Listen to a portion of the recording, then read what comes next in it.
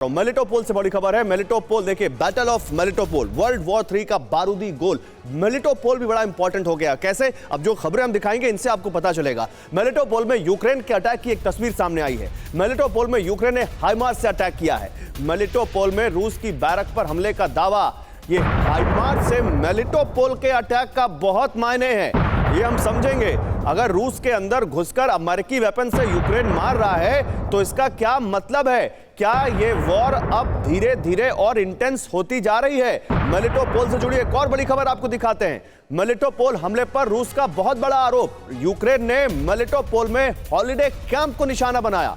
हाइमार्स से हमले के बाद आग और धुएं का गुबार दिखा। रिहायशी इलाकों में हाइमार्स से हमले का रूस का दावा।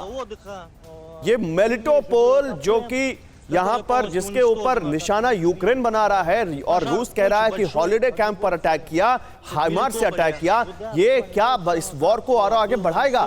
मेलिटोपोल हमला, सच्चा कौन झूठा कौन, आइए आपको दिखाते हैं। बिजनेस लोन के लिए बैंक गए तो बिजनेस प्लान दिखाइए करके पूछते हैं। बिजनेस प्लान कैसे करना है, इसे प्रैक्टिकली सीखना है तो फ्रीडम ऐप को अभी डाउनलोड करें। तो कौन सच्चा और कौन झूठा, दोनों के अपने अपने दावे जल्दी से बिग वॉल पर दिखाते हैं। पीसीआर क्या यहां पर दावे किए जा रहे हैं यूक्रेन और रूस दोनों की ओर से। यूक्रेन का दावा रूस के बैरक को टारगेट किया।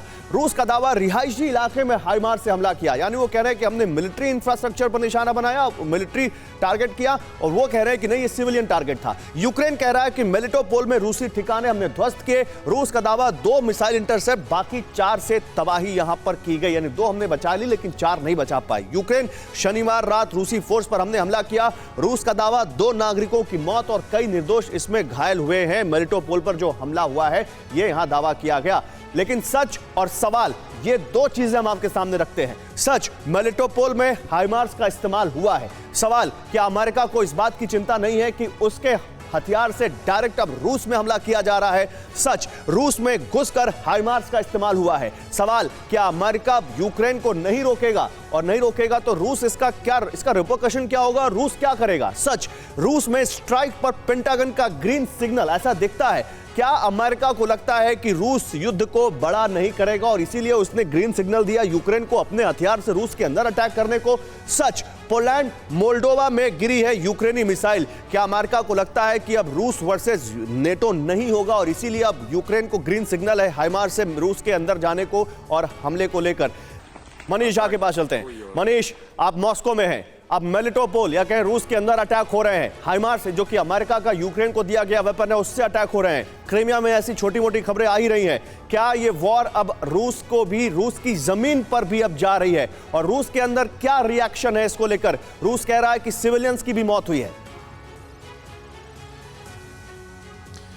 बिल्कुल गौरव, देखिए सबसे पहले तो हम अपने दर्शकों को बता दें कि मेलिटोपोल जो है वो मारियोपोल से सटा हुआ वो इलाका है जो टेक्निकली ज़ेपोरिज़िया ओब्लास्ट में आता है, यानी वो हिस्सा जिसका रूस में विलय हुआ है लेकिन वो यूक्रेन का टेरिटरी है। और वो भी एक युद्ध मोर्चे में से ऐसा युद्ध मोर्चा है जहां पर बखमुत की तरह लगातार भीषण लड़ाई चल रही है। लेकिन आज हम कुछ तस्वीरों के जरिए भी अपने दर्शकों को बताएंगे कि देखिए रूस में एक नया जोश का संचार हो गया है।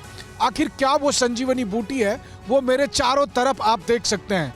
दरअसल कहा जाता है कि जैसे ही रूसी सेना को सफेद सफेद बर्फ की चादरें दिखने लगती है तो उन्हें लगता है कि अब वो समय आ गया जब विजयश्री उनके माथे पर तिलक करेगी। और इसी वजह से आप देखें कि बीते कुछ दिनों से रूस की सेना रूस यूक्रेन युद्ध के उन तमाम मोर्चे पर बहुत जोर शोर से लड़ाई कर रही है, बल्कि बहुत जगह पर बढ़त भी बनाए हुए हैं। चाहे वो बखमुत का इलाका हो, मेलिटोपोल का इलाका हो, या अवदीविका की लड़ाई हो, या कुछ और दूसरे युद्ध के मोर्चे पर।